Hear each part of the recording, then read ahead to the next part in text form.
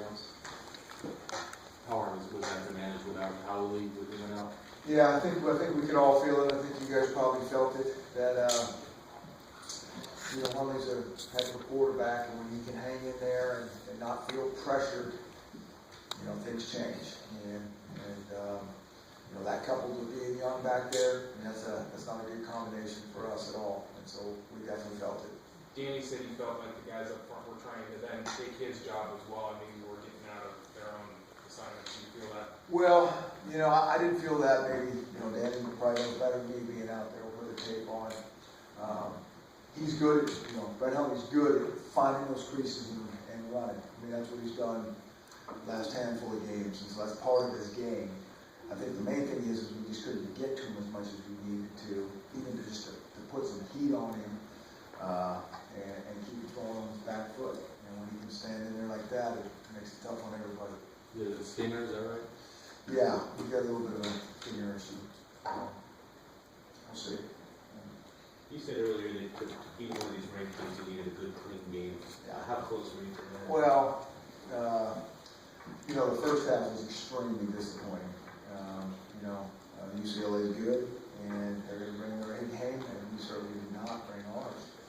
And then, once we got embarrassed a little bit there, we go to the locker room and kind of adjust ourselves a little bit, and, we can do some things.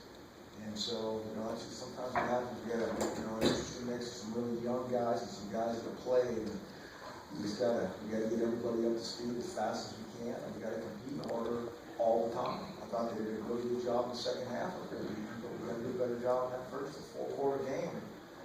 And, you get behind too far, it's too much tough sledding to make it back up. You slow start last week as well. Yeah. Any similarities there? Yeah, I don't know. We're at home. You wouldn't think that at home, and I really appreciate our fans.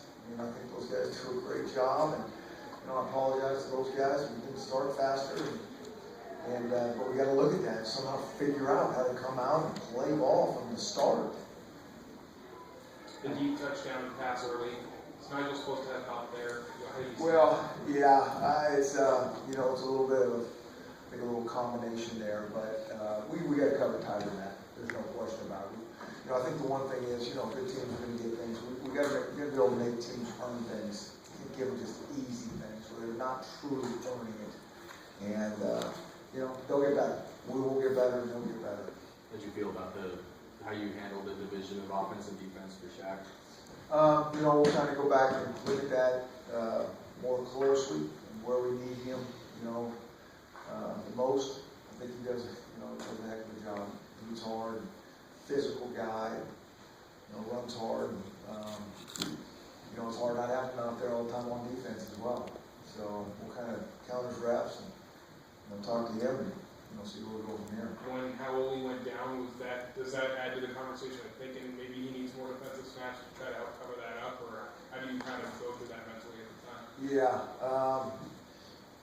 Not so much at that time. We had a little plan to have Shaq in there, maybe hopefully a little bit more than we had in the past on defense. But certainly when you're taking Howley out of the mix, or Shaq out of the mix, those are a lot of playmakers on one side of the ball. And, all that makes it tough sledding to overcome.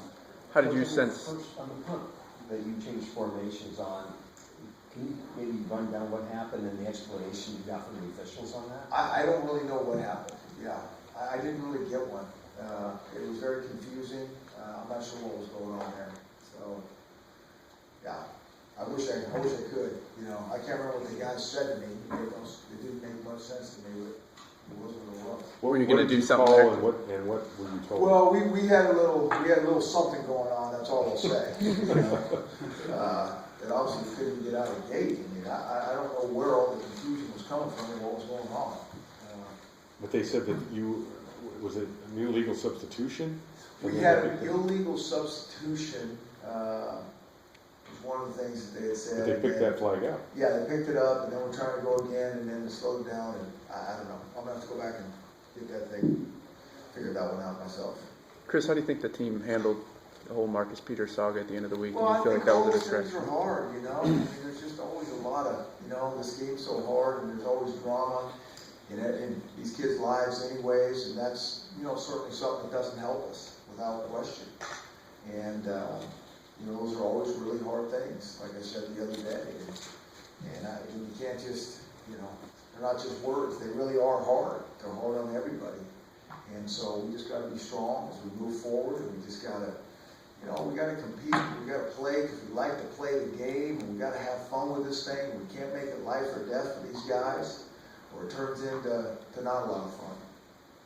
Given, you know, with Ross's return at the time, given the score and everything else, was there a thought maybe to try to roll him in, maybe offensively a little bit more? No, not so much. You know, again, we're trying to move guys around and figure out where to best use them, and then, you know, he's spending a lot of time on defense right now. Not that we couldn't do some things there, we put him in a little bit at the end, but you just got to be careful, or they're going to be, you know, not going to be good at anything. And he's got his hands full over there right now. I thought he did a really nice job. I don't think anybody caught a ball on him being out there, you know, a handful of days.